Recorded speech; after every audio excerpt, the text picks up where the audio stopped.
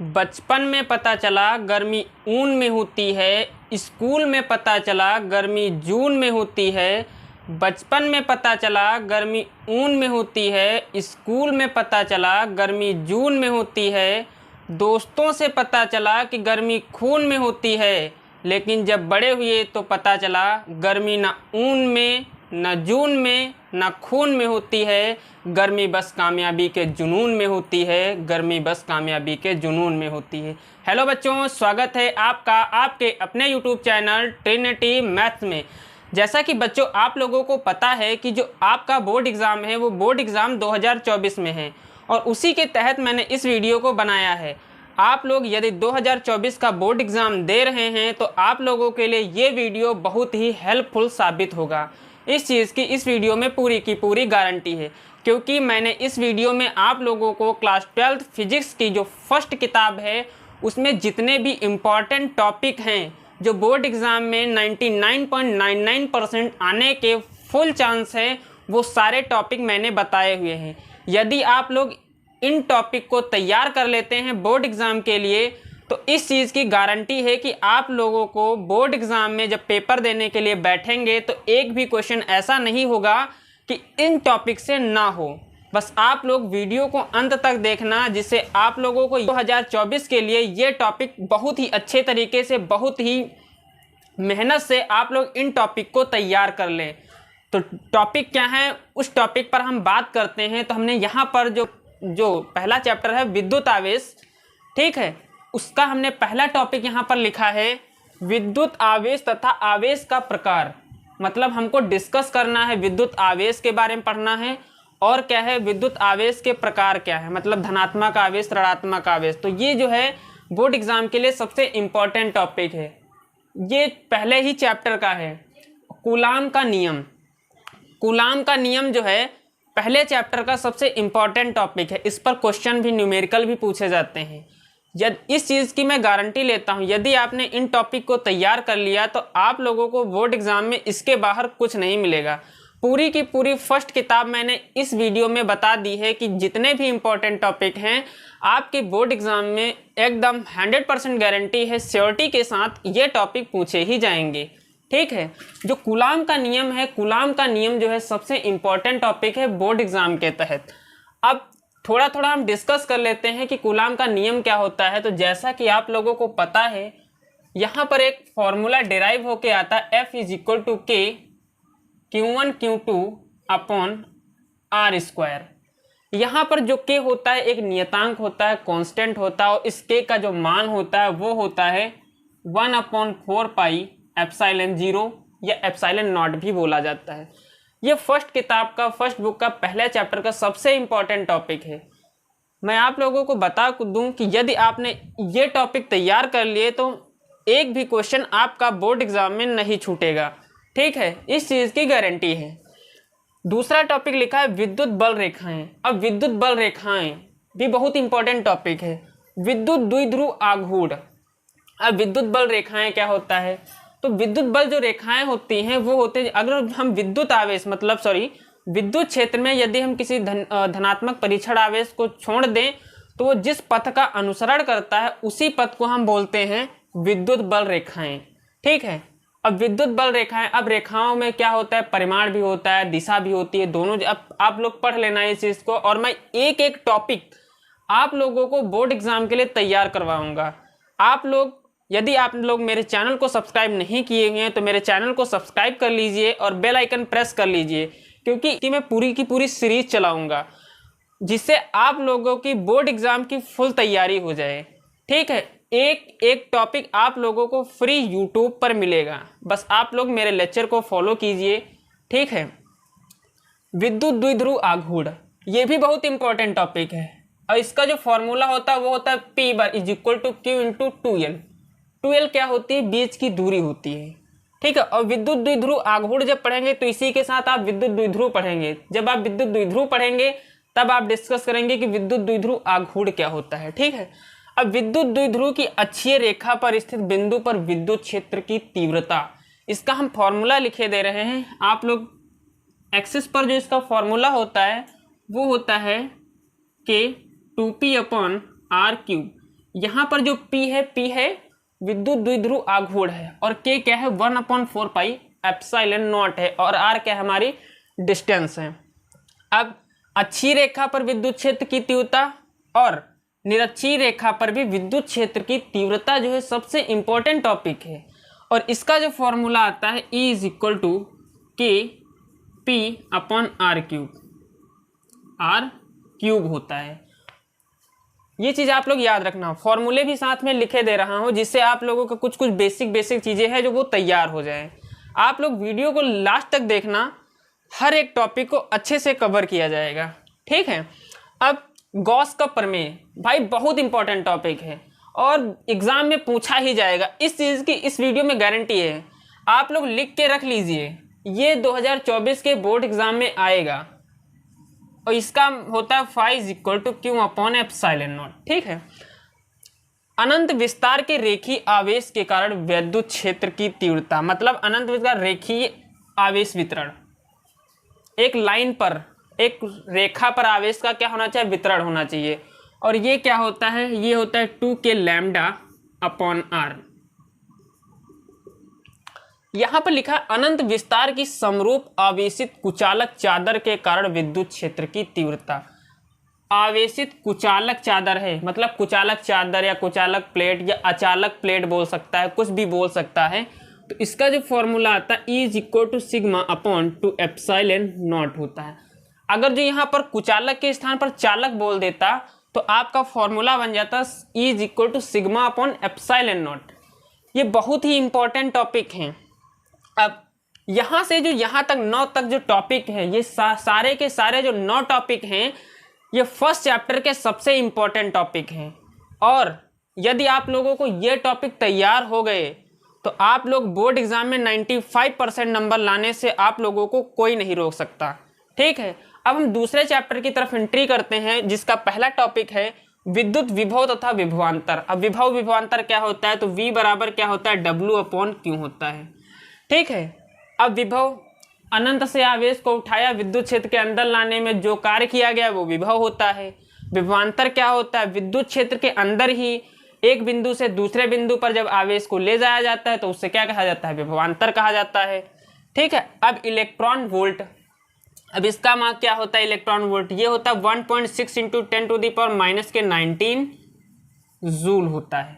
ये सबसे important topic है, विद्युत द्विध्रुव की अच्छी स्थिति में किसी बिंदु पर वैद्युत विभव, ठीक है। अब विभव प्रवणता क्या होता है, तो विभव प्रवणता होता है -∆V/∆x, या इसी को लिखा जाता है -dV/dx, जहाँ पर जो dV है या ΔV है वो विभव के बीच में अंतर है, और जो ΔX है वो क्या है, दूरी है हमारी, ठीक है। अब चालक की धारिता मतलब अब चालक की धारिता क्या होती है उसके बारे में हम लोगों को डिस्कस करना है। और संधारित्र क्या होता है, धारित्र मतलब होता है धारण करने की क्षमता, क्या होता है, धारण करने की क्षमता। और हमको पढ़ना है संधारित्रों का संयोजन, मतलब श्रेणी क्रम से, जैसे हम उसमें हम लोग क्लास 10th में भी पढ़े थे, प्रतिरोधों का संयोजन, श्रेणी क्रम और समांतर क्रम। वैसे यहाँ पर हमको संधारित्रों का संयोजन पढ़ना है, जिसे हम संधारित्र एक प्रकार का कैपेसिटर समझिए आप लोग, ठीक है। तो संधारित्रों का संयोजन हमको श्रेणी क्रम संयोजन और क्या पढ़ना है, समांतर क्रम संयोजन, जहाँ पर क्या होता है Q बराबर क्या होता है, CV, मतलब यहाँ से जो धारिता होती है C बराबर क्या होती है, Q/V होती है, ठीक है। ये होता है फॉर्मूला संधारित्र का।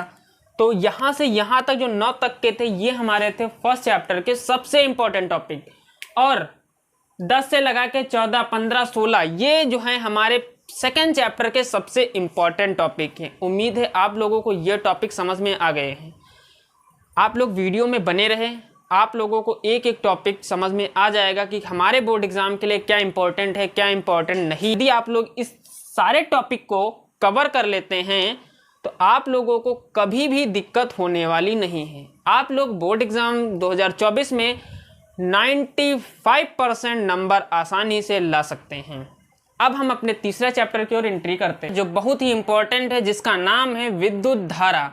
और विद्युत धारा का सबसे इंपॉर्टेंट टॉपिक ही हमने लिखा है विद्युत धारा।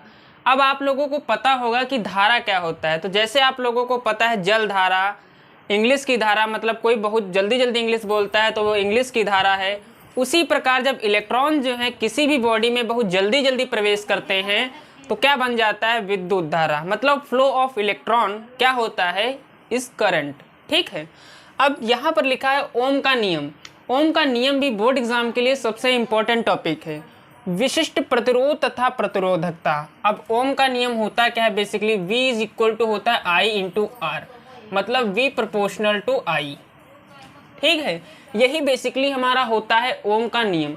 और ये ओम का नियम जो है एक प्रकार का एक्सपेरिमेंटली रूल है। ठीक है, विशिष्ट प्रतिरोध तथा प्रतिरोधकता।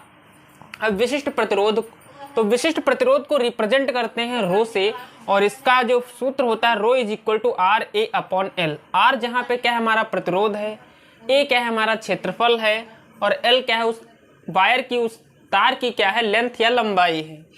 विद्युत प्रतिरोध, इलेक्ट्रिक रेजिस्टेंस क्या होता है, तो विद्युत प्रतिरोध R is equal to V upon I होता है। अब प्रतिरोध होता क्या है, बेसिकली ये चीज़ हम लोग थोड़ा सा समझ लेते हैं। जैसे इलेक्ट्रॉन जो होता है, इलेक्ट्रॉन को जो आगे ले जाता है वो होता है हमारा वोल्टेज होता है। क्या होता है, वोल्टेज होता है। और इलेक्ट्रॉन को जो रोकता है, बात को समझना, इलेक्ट्रॉन को जो रोकता है वो होता है हमारा प्रतिरोध। और इस बीच में पिसाता है इलेक्ट्रॉन। जब इलेक्ट्रॉन बीच में पिसाता है तभी बल्ब में एक जैसे होता है, तब मतलब अलग अलग तरीके से बल्ब जो है लाइट करता है, बहुत सारी चीज़ें हैं। ठीक है, अब विशिष्ट चालकता क्या होता है, तो जो विशिष्ट चालकता होता है वो विशिष्ट प्रतिरोध मतलब रो का क्या होता है, उल्टा होता है। तो यहाँ से सिग्मा निकल के आया है 1 अपॉन रो। और प्रतिरोधों का संयोजन, हमने प्रतिरोध के बारे में बताया, तो अब प्रतिरोधों का संयोजन क्या है। ठीक है, तो जैसा कि हमने बताया था संधारित्रों का संयोजन, सेम उसी प्रकार से प्रतिरोधों का संयोजन भी दो टाइप से होता है। एक होता है सीरीज कॉम्बिनेशन मतलब श्रेणी क्रम संयोजन, और एक होता है पैरेलल कॉम्बिनेशन मतलब समांतर क्रम संयोजन। ये हमारे सबसे इंपॉर्टेंट टॉपिक है जो बोर्ड एग्जाम में एकदम श्योरिटी है कि आएंगे ही आएंगे। और यदि आप लोग इन टॉपिक को तैयार कर लेते हैं तो आप लोग बोर्ड एग्जाम में 95% नंबर आसानी से ला सकते हैं। ठीक है, अब किरचॉफ का नियम, भाई ये भी बहुत इंपॉर्टेंट टॉपिक है और इसका न्यूमेरिकल भी पूछा जाता है। और जो मल्टीपल चॉइस मतलब बहुविकल्पी वाले प्रश्न आते हैं उसमें एक क्वेश्चन तो फिक्स होता है कि जो किरचॉफ के नियम से क्या आएगा ही आएगा।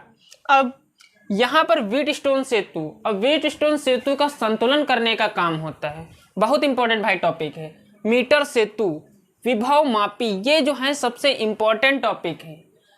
जो तीसरा चैप्टर है सबसे इंपॉर्टेंट टॉपिक, हम ढूंढ ढूंढ के लिखे हुए हैं टॉपिक। सोचो इसमें मेहनत कितनी लगती है। आप लोग बस वीडियो को लाइक कर देना और चैनल पर नए हैं तो चैनल को जरूर सब्सक्राइब कर लेना। और जो हमारा सबसे चौथा चैप्टर आता है, चौथे चैप्टर में सबसे फर्स्ट टॉपिक हमने लिखा है बायो सेवर्ट का नियम। जैसे हमने पहले चैप्टर स्थिर वैद्युतिकी में की बात की थी, उसमें कूलाम का नियम था, बेसिकली सेम उसी तरीके से बायो सेवर्ट का नियम है। ये भी प्रायोगिक आधार पर दिया गया है बायो सेवर्ट का नियम। ठीक है, अब यहाँ पर इसी चौथे चैप्टर में एक और टॉपिक आता है एम्पियर का परिपथीय नियम। और ये जो चैप्टर 4 है हमारा, ये दोनों टॉपिक जो है बहुत इंपॉर्टेंट टॉपिक है। न्यूमेरिकल भी पूछे जाते हैं और डेरिवेशन भी इनके आते हैं। तो सोच लो आप लोगों के लिए बोर्ड एग्जाम के लिए कितना इंपॉर्टेंट टॉपिक है ये। अब 29 नंबर पे आता है चुंबकीय क्षेत्र। जैसे विद्युत क्षेत्र होता है सेम बेसिकली उसी टाइप से हमारा होता है चुंबकीय क्षेत्र। ठीक है, दिक्पात कोण भाई बहुत इंपॉर्टेंट है, 2 नंबर का आता है इसकी डेफिनेशन। और चुंबकीय फ्लक्स, जैसे वैद्युत फ्लक्स होता है सेम उसी प्रकार से क्या होता है हमारा चुंबकीय फ्लक्स होता है। चुंबकीय क्षेत्र और दिक्पात कोण जो हैं, ठीक है, ये दोनों टॉपिक किसके हैं, चैप्टर नंबर 5 के हैं। किसके हैं, चैप्टर नंबर 5 के हैं। चुंबकीय फ्लक्स सब चैप्टर नंबर 6 स्टार्ट हो गया, बहुत भाई इंपॉर्टेंट टॉपिक है। फैराडे के विद्युत चुंबकीय प्रेरण का नियम, भाई फैराडे के 2 नियम हैं और दोनों नियम बहुत इंपॉर्टेंट है। ठीक है, स्वप्रेरण बहुत इंपॉर्टेंट है, अन्योन्य प्रेरण, स्वप्रेरण और अन्योन्य प्रेरण, और एक होता है परिनालिका वाला। ये टॉपिक जो है बहुत इंपॉर्टेंट टॉपिक है। भंवर धाराएं, क्या भंवर धाराएं, अब भंवर धाराएं इंपॉर्टेंट, तो इसका मतलब अगर भंवर धारा टॉपिक इंपॉर्टेंट है, इसका मतलब ट्रांसफार्मर भी सबसे इंपॉर्टेंट टॉपिक है। ठीक है, अब चैप्टर नंबर 7 प्रत्यावर्ती धारा, AC करंट, DC करंट, ये भाई बहुत इंपॉर्टेंट टॉपिक है। LR सर्किट, LCR, CR, मतलब जितने भी सर्किट हैं ये भी बहुत इंपॉर्टेंट हैं। ठीक है, ये सारे के सारे टॉपिक बोर्ड एग्जाम में पूछे हुए हैं और इन टॉपिक से बाहर बोर्ड एग्जाम में पूछा ही नहीं जाएगा। अगर जो आप लोग ये टॉपिक जो है तैयार कर लेते हैं तो आप लोग सोचिए कि आप लोगों को 95 नंबर फिजिक्स में लाने से कोई नहीं रोक सकता है। ठीक है, और हमने लिखा है चोक कुंडली। आप लोग प्रत्यावर्ती धारा पढ़े, LCR, CR, मतलब जितने भी सर्किट है वो सारे पढ़ लेंगे तो एक टॉपिक आएगा चोक कुंडली जो बहुत इंपॉर्टेंट है। ट्रांसफार्मर सबसे इंपॉर्टेंट टॉपिक है। और 45 नंबर पे टॉपिक लिखा विद्युत जनित्र और डायनमो। भाई विद्युत जनित्र जो डायनमो है ये भी बहुत ही इंपॉर्टेंट टॉपिक है और ये आता है चैप्टर नंबर 8 में। किस में आता है? चैप्टर नंबर 8 में आता है। मैक्सवेल बाबा आ गए भाई, मैक्सवेल का समीकरण पूछा ही जाएगा और मैक्सवेल का विद्युत चुंबकीय तरंग सिद्धांत श्योर है आएगा। और लास्ट टॉपिक हमारा आता है विद्युत चुंबकीय स्पेक्ट्रम। विद्युत चुंबकीय स्पेक्ट्रम ये भी बहुत इंपॉर्टेंट टॉपिक है। जितने टॉपिक हमने बताए हैं आप लोगों को ये कहीं ना कहीं बोर्ड एग्जाम में पूछे ही गए हैं। यूपी बोर्ड, बिहार बोर्ड, कोई भी बोर्ड हो, हर बोर्ड एग्जाम के लिए ये जो टॉपिक है ये फर्स्ट फिजिक्स की पूरी का पूरा निचोड़ रखा हुआ यहाँ पे। अगर जो आप लोग इन टॉपिक को तैयार कर लेते हैं तो आप लोगों को बोर्ड एग्जाम में 95% नंबर लाने से कोई नहीं रोक सकता है।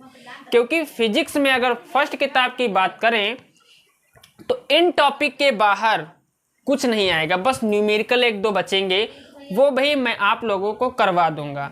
यदि आप लोगों को वीडियो अच्छा लगा हुआ है और मेरी मेहनत जो है इसमें लगी है तो आप लोग क्या करना, वीडियो को लाइक कर देना, चैनल को सब्सक्राइब कर लेना यदि नए आए हुए हैं और बेल आइकन प्रेस कर देना, जिससे आप लोगों को जो मेरे वीडियो है जैसे मैं डालूं आप लोगों के पास तुरंत पहुंच जाए। ठीक है, तो उम्मीद करता हूं कि आप लोगों को मेरा ये लेक्चर पसंद आया है। तो मैं आप लोगों को मिलता हूं नेक्स्ट वीडियो में नेक्स्ट टॉपिक के साथ, इसी जोश जुनून और जज्बे के साथ। आज के लिए थैंक यू।